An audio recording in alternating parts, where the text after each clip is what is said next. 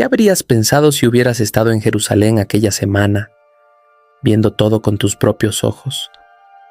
De repente, un domingo antes de la Pascua, ves a un hombre entrando en tu ciudad montado en un pequeño burro, siendo recibido por una multitud con los honores de un rey mesiánico descendiente de la casa de David. La gente está muy entusiasmada con la idea de que finalmente ese Mesías salvará al pueblo de la opresión extranjera de Roma y restaurará a Israel como la nación más próspera de la tierra. Parece que la semana comenzó muy bien, pero entonces despiertas el viernes por la mañana y lo que ves es a ese mismo hombre del domingo. Solo que ahora está saliendo de la ciudad todo herido y cargando su propia cruz en dirección al monte de la crucifixión. El hombre es el mismo, la ciudad es la misma, la gente es la misma, pero en vez de gritar «Hosana al Hijo de David», ahora gritan «Crucifícalo». Pero ¿cómo pudo todo cambiar tan rápido? Esa pregunta encuentra respuesta cuando miramos la línea del tiempo de la Semana de la Pasión, también conocida como la Semana Santa. La Semana de la Crucifixión comenzó el domingo con la entrada triunfal. Jesús entró en Jerusalén montado en un burrito, detalle fundamental en el texto, pues no se trata de la descripción de un simple medio de transporte, sino de la conexión con el cumplimiento de lo profetizado por el profeta Zacarías en el capítulo 9 de su libro, al hablar sobre un rey justo y humilde que traería salvación y que vendría montado en un burro. Así, cada detalle de lo que ocurrió durante la entrada triunfal poseía un significado mesiánico que presentaba a Jesús como el cumplimiento de las Escrituras. Ese domingo, Jesús entró en la ciudad como rey, pero no como un conquistador militar. No vino con caballos, ejércitos ni banderas de guerra, sino en humildad, cumpliendo las profecías y presentándose públicamente como el Mesías prometido. La multitud lo recibió con entusiasmo, con ramas y aclamaciones del Salmo 118. Había allí una atmósfera de esperanza y expectativa, y muchos reconocieron que algo decisivo estaba ocurriendo, aunque no todos comprendían realmente qué tipo de rey era Jesús. Ese primer evento ya establece una tensión importante para el resto de la semana. Jesús fue recibido como rey, pero sería rechazado. Fue celebrado públicamente, pero en pocos días sería condenado. Fue acogido por la multitud, pero pronto quedaría casi solo ante los tribunales religiosos y políticos. Desde el principio, la Semana de la Pasión estuvo marcada por esa ironía. El verdadero rey entró en su ciudad para sufrir y reinar por medio del sacrificio. Todavía ese domingo, después de la entrada en Jerusalén, Jesús visitó el templo, el centro de la vida religiosa de Israel, el lugar del culto, de la oración, de la identidad nacional y de la expectativa de la presencia de Dios. Y al dirigirse a él mostró que su misión estaba indisolublemente ligada a la cuestión del verdadero culto. Pero en ese primer momento el texto bíblico dice que Jesús solo observó todo a su alrededor, como si estuviera evaluando la situación, y como ya era tarde, se retiró a la aldea de Betania con sus discípulos donde pasó la noche. El lunes de Semana Santa, la relación entre Jesús y el templo se volvió más explícita. En el camino de regreso a Jerusalén, Jesús maldijo una higuera estéril que, dentro del contexto bíblico, funcionaba como señal profética, representando la esterilidad espiritual del pueblo de Israel. Había hojas, había apariencia, había forma externa, pero no había fruto. Y ese tema se conecta directamente con lo que Jesús hizo a continuación al purificar el templo, expulsando a los cambistas y denunciando la corrupción del culto, demostrando que el problema de Israel no era simplemente ritual o administrativo, sino más profundo. La casa, que debería ser casa de oración, se había convertido en señal de desorden espiritual e infidelidad. El martes fue el día en que la tensión entre Jesús y los líderes religiosos se intensificó al máximo. Jesús regresó a Jerusalén pasando por la misma higuera maldecida el día anterior, que ya estaba seca, y luego entró en una serie de debates con sus opositores que se acercaron con preguntas, trampas y provocaciones, no para aprender sino para desacreditarlo, queriendo atraparlo en alguna contradicción o llevarlo a una declaración peligrosa para poder prenderlo. Sin embargo, en cada confrontación Jesús respondió con sabiduría, autoridad y claridad. Contó parábolas que revelaban la superficialidad de sus adversarios y exponían la dureza de sus corazones. Y todavía ese martes, su enseñanza alcanzó un punto culminante en el llamado discurso escatológico pronunciado en el Monte de los Olivos, donde, después de denunciar la hipocresía religiosa y anunciar juicio, habló sobre el futuro, la vigilancia, la tribulación, la caída de Jerusalén y la consumación final, recordando a sus discípulos que la historia no estaba suelta ni fuera de control, porque el fin le pertenecería a Dios.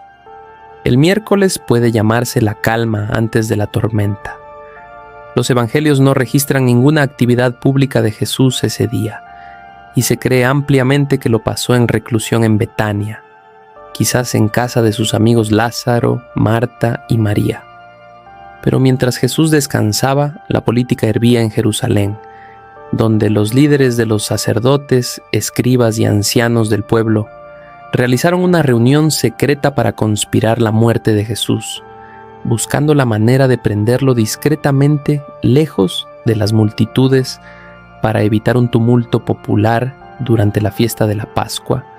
Y parece haber sido ese mismo día cuando Judas Iscariote buscó a las autoridades del templo para acordar la entrega de Jesús. El jueves, el relato bíblico de la Semana Santa entra en su fase más densa. Jesús envió a sus discípulos a preparar la cena pascual, y en esa noche la Pascua no funcionó como un mero telón de fondo cultural, sino como el gran marco teológico de la muerte de Cristo, pues la antigua Pascua recordaba la liberación de Israel de Egipto, el juicio que pasó por encima de las casas marcadas con la sangre del Cordero y el inicio de una nueva caminata como pueblo redimido. Al sentarse a la mesa con sus discípulos, Jesús no solo participó de la comida, sino que le dio su sentido definitivo. Anunció la traición, expuso la fragilidad de los suyos, los preparó para la separación inminente e instituyó la cena del Señor como ordenanza para su iglesia, siendo el pan y la copa señales de la nueva alianza en su sangre. Esa misma noche, Jesús lavó los pies de sus discípulos colocándose en la posición del siervo más bajo de la casa. También los consoló, prometió enviarles el Espíritu Santo y oró por ellos. Después fue al Getsemaní, un jardín en el Monte de los Olivos, donde fue revelada con especial claridad la verdadera humanidad del Señor, pues Jesús no caminó hacia la muerte con frialdad mecánica, sino con angustia, peso y aflicción profunda, hasta sudar gotas de sangre, fenómeno que en la literatura médica se relaciona con un estado de extremo estrés físico y psicológico. Y allí oró al Padre sometiéndose enteramente a la voluntad divina, porque el Getsemaní nos impide tratar la cruz de forma abstracta. Antes de ser un tema doctrinal, la cruz fue un cáliz real que el Hijo asumió conscientemente, y allí el último Adán permaneció fiel donde el primero falló. En algún momento de esa noche, Judas llegó con los que venían a prender a Jesús. La traición se consumó con un gesto de falsa proximidad. Jesús fue arrestado mientras los discípulos se dispersaban, y comenzó entonces la secuencia de interrogatorios y juicios ilegales. Primero fue llevado ante Anás, ex sumo sacerdote, que aún actuaba como una especie de poderoso jefe en los bastidores del templo. Luego ante el sumo sacerdote Caifás y el Sanedrín, donde se levantaron falsos testigos, y Jesús fue acusado de blasfemia por declararse el Hijo de Dios. Y fue en ese contexto que Pedro, que horas antes había prometido lealtad, terminó negando a Jesús 3 veces. Al amanecer, Probablemente alrededor de las 6 de la mañana, el Sanedrín oficializó su decisión y llevó a Jesús ante los romanos, pues como Judea era provincia romana, las autoridades judías no tenían poder para ejecutar la pena de muerte, y necesitaban que el gobernador romano condenara a Jesús.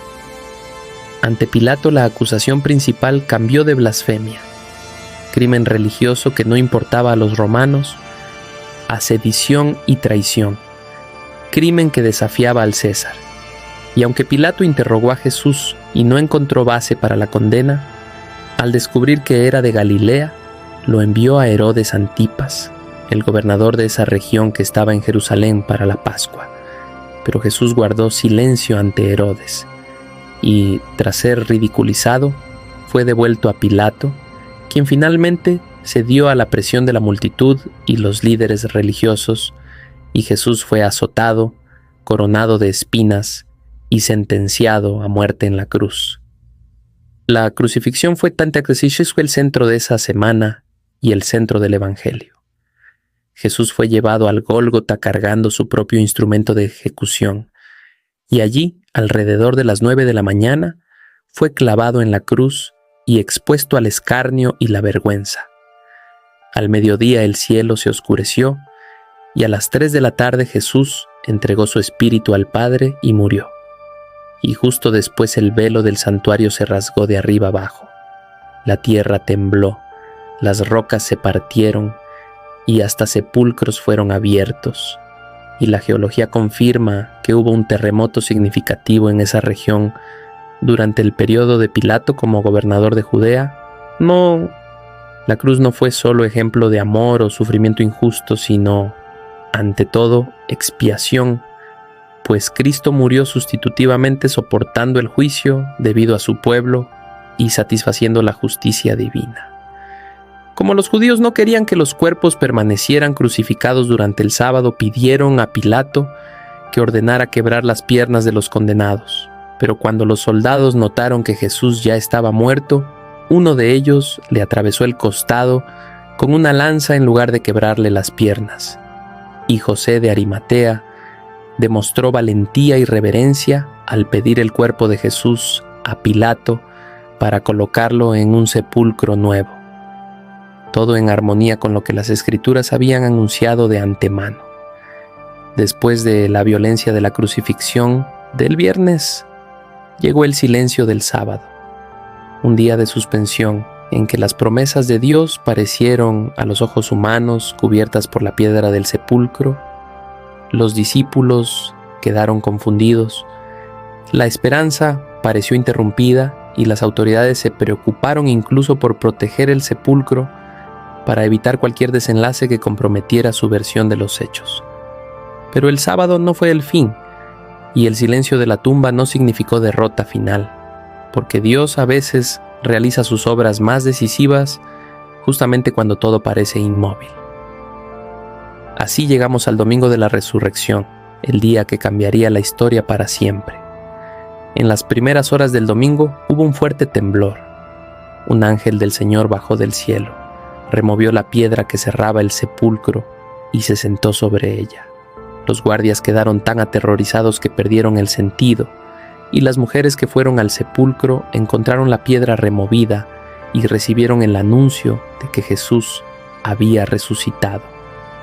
Más tarde los guardias llegaron incluso a aceptar soborno de las autoridades judías para negar la resurrección, difundiendo la historia de que el cuerpo había sido robado por sus discípulos.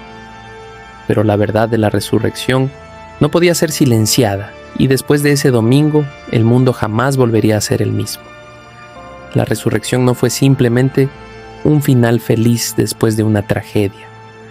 Fue la confirmación pública de que la obra de Cristo fue aceptada, de que la muerte fue vencida y de que una nueva creación había comenzado. Si la cruz mostró el precio de la redención, la resurrección mostró su eficacia y su victoria. Visto así, la entrada triunfal del domingo tuvo sentido porque condujo al verdadero reinado de Cristo. La purificación del templo del lunes tuvo sentido porque el Mesías vino a restaurar el acceso a Dios. Las controversias del martes tuvieron sentido porque la verdad necesitó confrontar la falsedad antes del sacrificio.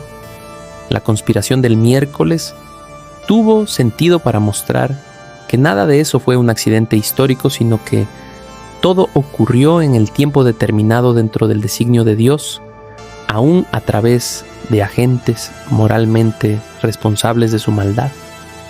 La cena del jueves tuvo sentido porque apuntó al cuerpo de Cristo que sería partido y a su sangre que sería derramada.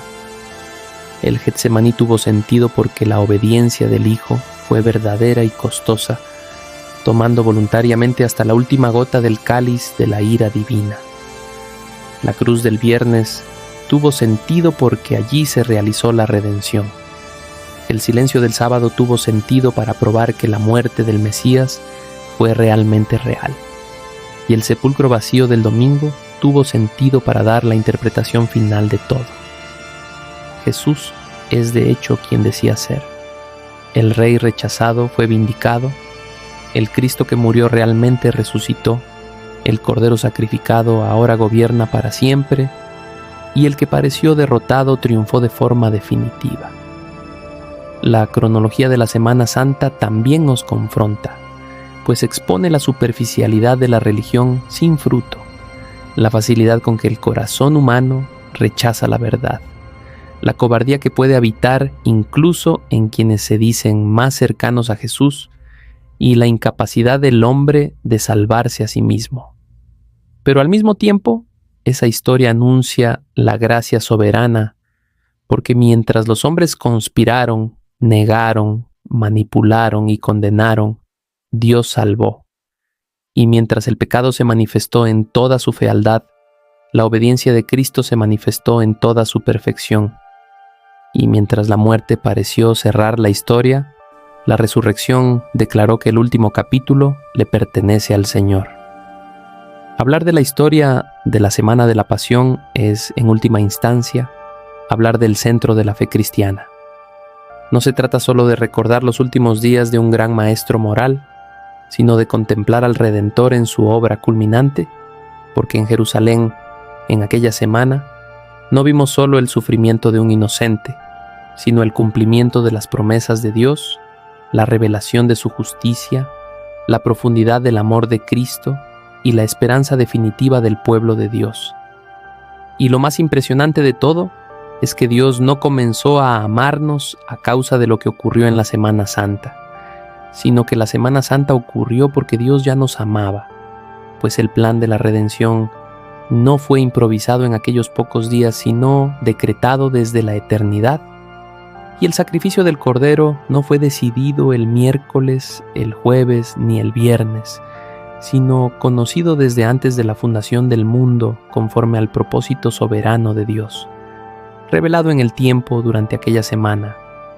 De modo que lo que ocurrió en la Semana Santa no fue la causa del amor de Dios, sino la manifestación histórica y redentora de ese amor en favor de un pueblo pecador. Porque sí, Él nos amó cuando aún éramos pecadores, cuando aún permanecíamos bajo su justa indignación, hasta ser reconciliados por Cristo. Ahora dime en los comentarios, ¿hubo algún día de esta semana que nunca habías visto con tanta profundidad? ¿Qué fue lo que más te impactó? Porque esta historia no fue escrita para ser admirada desde lejos, fue escrita para transformarte por dentro. Si este video abrió algo en ti, si sientes que quieres seguir bebiendo de esta fuente, suscríbete a Fuente de Reflexiones y activa la campanita para que ninguna reflexión llegue sin que tú estés ahí. Cada semana hay una nueva historia esperándote, no la superficie, sino la profundidad que solo la palabra de Dios puede ofrecer.